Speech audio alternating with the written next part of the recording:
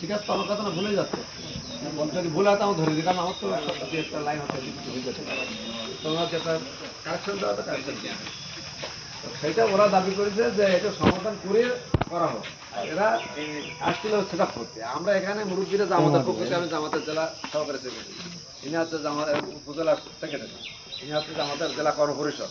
আমরা আসছিলাম এই সংবাদ পেয়ে যে কী হচ্ছে, তা আমরা এসে ওদের প্রস্তাব দিলাম যে যা হয়েছে হয়েছে, আজকে সেটআপের দরকার নেই, সেটা স্থগিত থাক, আমরা ঈদের পরে তোমাদের জেলা সভাপতি, ওরা বলতে জেলা সভাপতি এক্ষুনি এসে সমাধান করে যেতে হবে।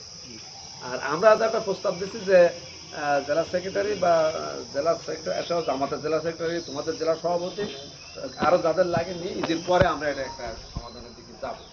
ওদের দাবি আছে না আমাদের এই মুহূর্তে আমাদের এটা একটা সমাধান করি, আপনারা এখান থেকে যাবেন বা আপনাদের যে সংবাদ দিচ্ছেন না দিচ্ছেন আমরা